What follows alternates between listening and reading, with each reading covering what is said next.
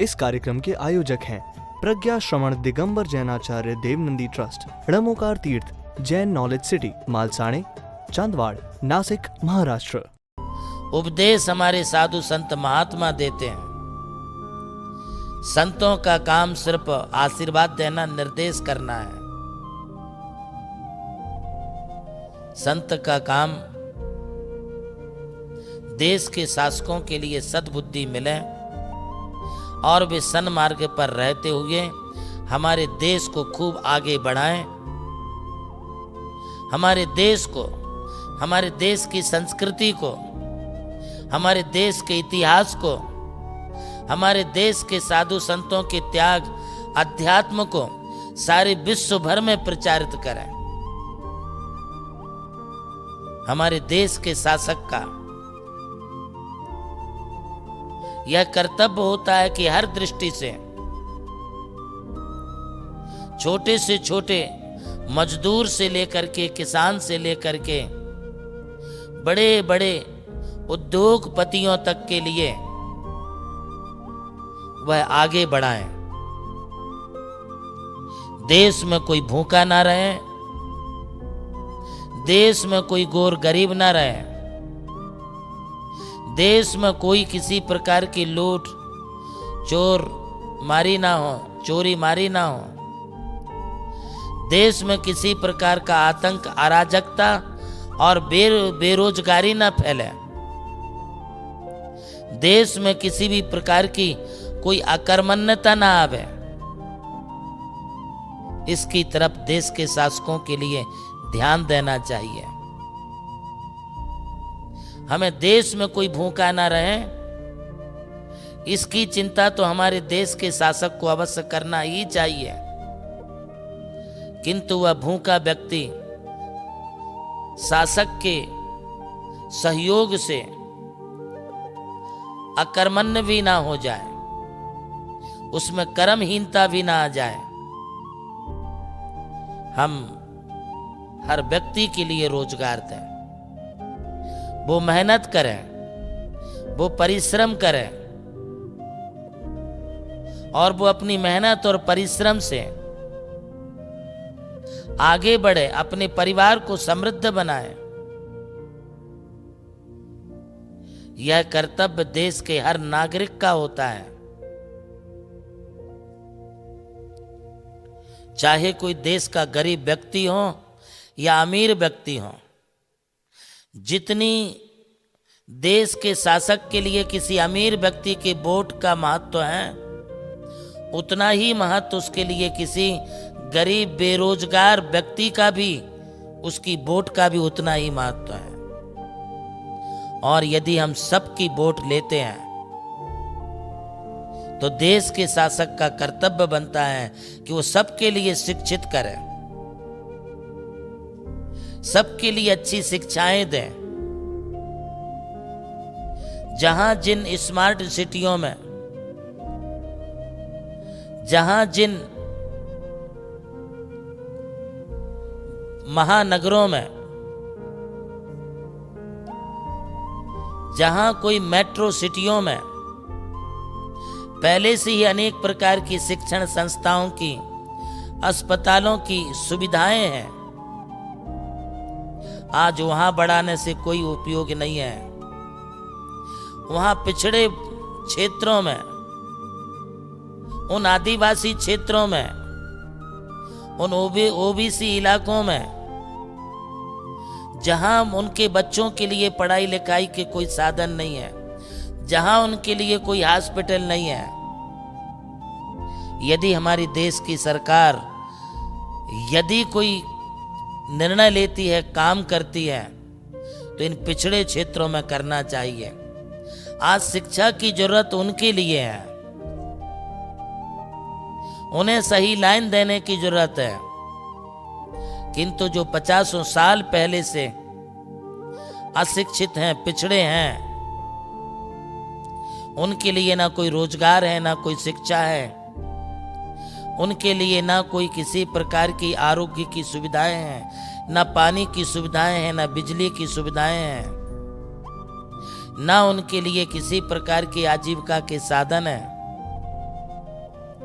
वे 50 साल पहले जहां थे आज भी वे वहीं हैं। हमारा देश कैसे समृद्ध बनेगा? शासक के लिए चाहिए कि वो पिछड़े वर्ग के उद्धार के लिए भी उनको सुशिक्षित बनाने के लिए प्रयत्न करें। वहां पर स्कूल खोले जाएं, वहां पर छोटी छोटी हॉस्पिटलें खोली जाएं। जहां साधन नहीं है वहां उनके लिए यातायात के साधन उपलब्ध कराए जाएं।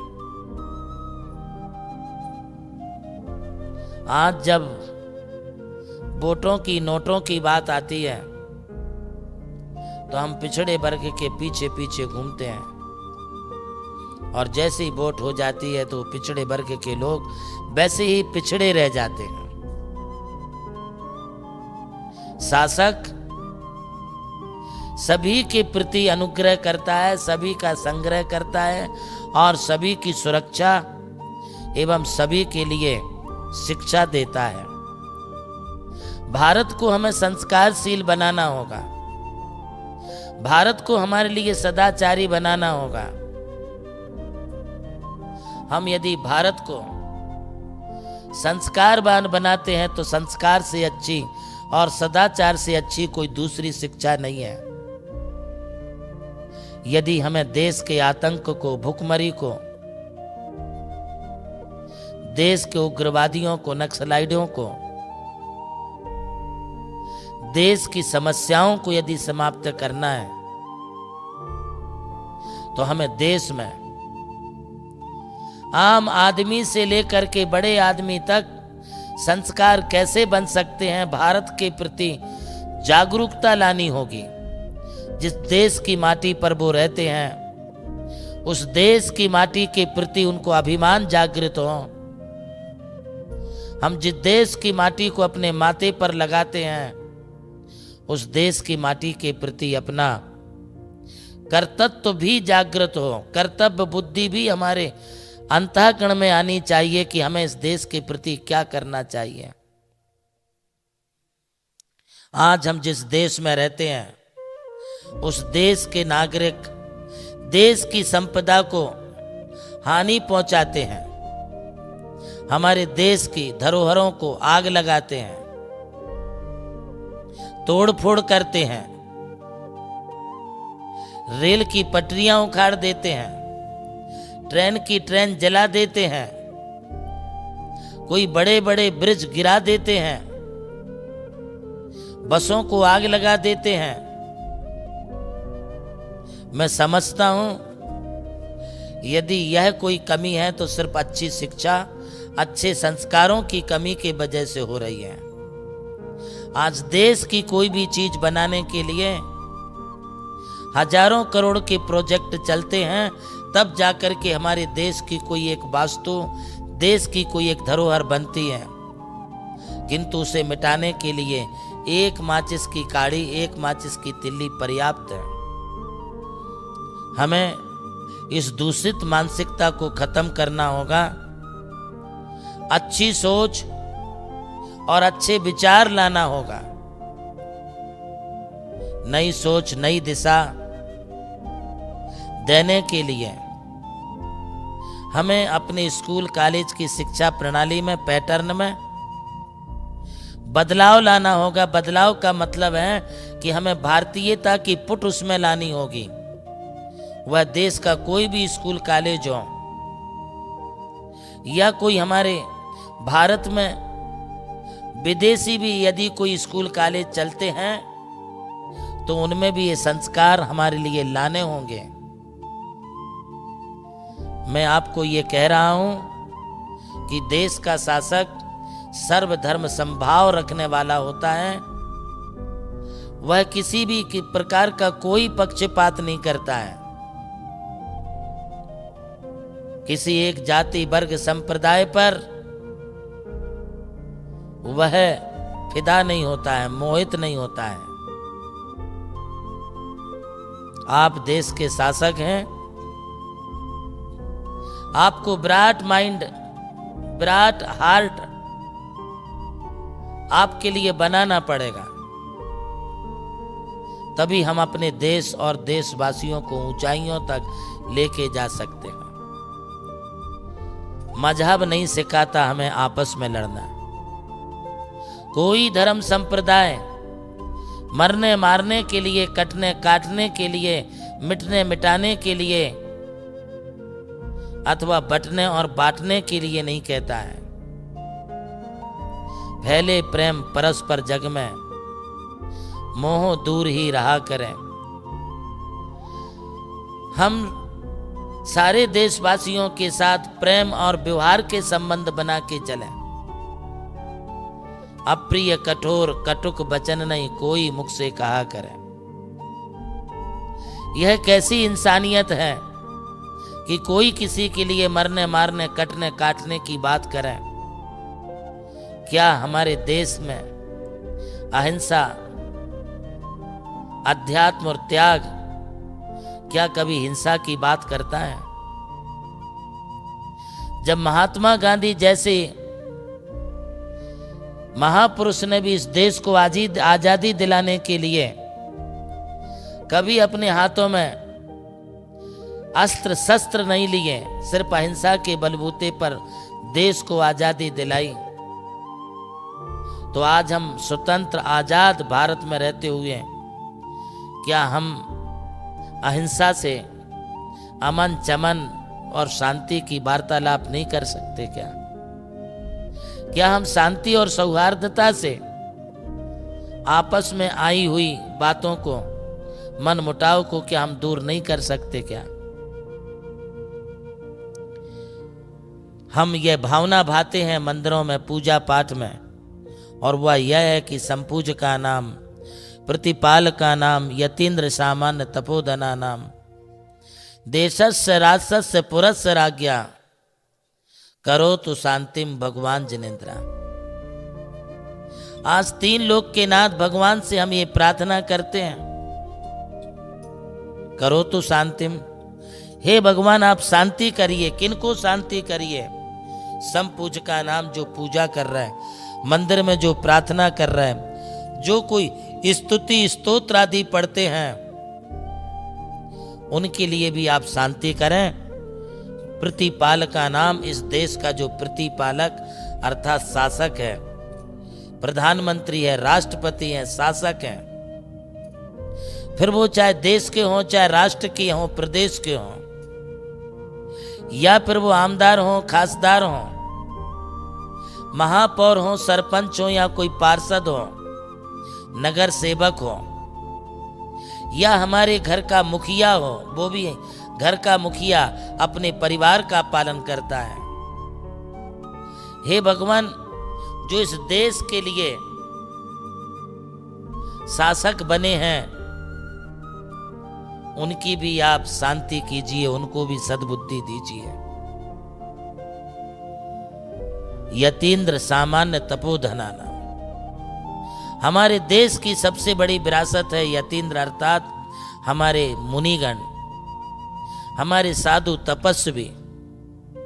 एक साधु की हत्या होती है, एक साधु का सिर कटता है, मैं समझता हूं कि भारतीय संस्कृति का सिर कटता है। एक साधु का मारा जाना, फिर वो चाहे किसी भी धर्म और संप्रदाय का हो, चाहे वो हिंदू संप्रदाय का हो, चाहे वो जैन संप्रदाय का हो। संत होते हैं, यदि संत हमारे देश में है तो बसंत बना रहता है, और जिस देश के संत का मर्डर हो जाता है, सिर कट जाते हैं, उस देश का अंत होने में भी टाइम नहीं लगता है। इसलिए हम ये भावना भाते हैं कि यतीन्द्र, हमारे यहाँ के जो साधु संत महात्मा आचार्य गण हैं, हे भगवान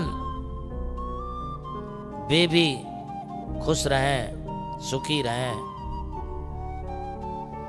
सामान्य तपोधना नाम, यदि कोई सामान्य भी तपस्वी है, वो भी खुश रहे, वो भी प्रसन्न रहे। देशस्य राष्ट्रस्य, देश का, राष्ट्र का, एवं पुरस्य, गांव का, शहर का, राज्ञा और राजाओं में भी हे भगवान करो तो शांतिम, आप शांति करिए।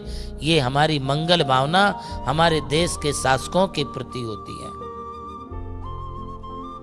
फिर देश के शासक का क्या कर्तव्य है? धर्मनिष्ठ होकर राजा भी न्याय प्रजा का किया करें। हमारे देश का जो शासक होता है, ये तो देश के नागरिकों ने फैसला करना चाहिए कि हमें देश का शासक किसे बनाना है, जो देश की समृद्धि के बारे में, देश के नागरिकों की समृद्धि के बारे में, देश की संस्कृति की समृद्धि के बारे में जो सोच सके, जो सभी के लिए सुरक्षा प्रदान कर सके।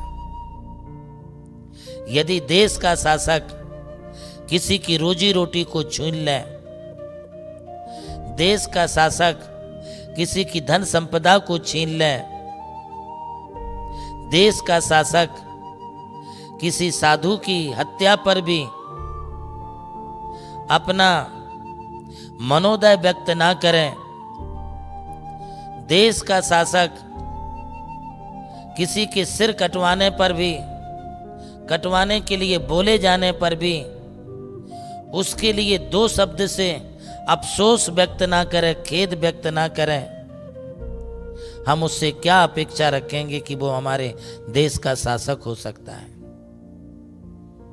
हमारे देश में सदियों से दूसरे दूसरे लोगों ने राज्य किया, अंग्रेजों ने राज्य किया, अंग्रेजियत लाद दी, मुगलों ने राज्य किया, हमारे सभी धर्म संप्रदाय के मंदिर मूर्तियों को तोड़ दिया, नष्ट भ्रष्ट कर दिया। इस देश में नहीं मालूम कितने शासक आए, कितने शासक चले गए।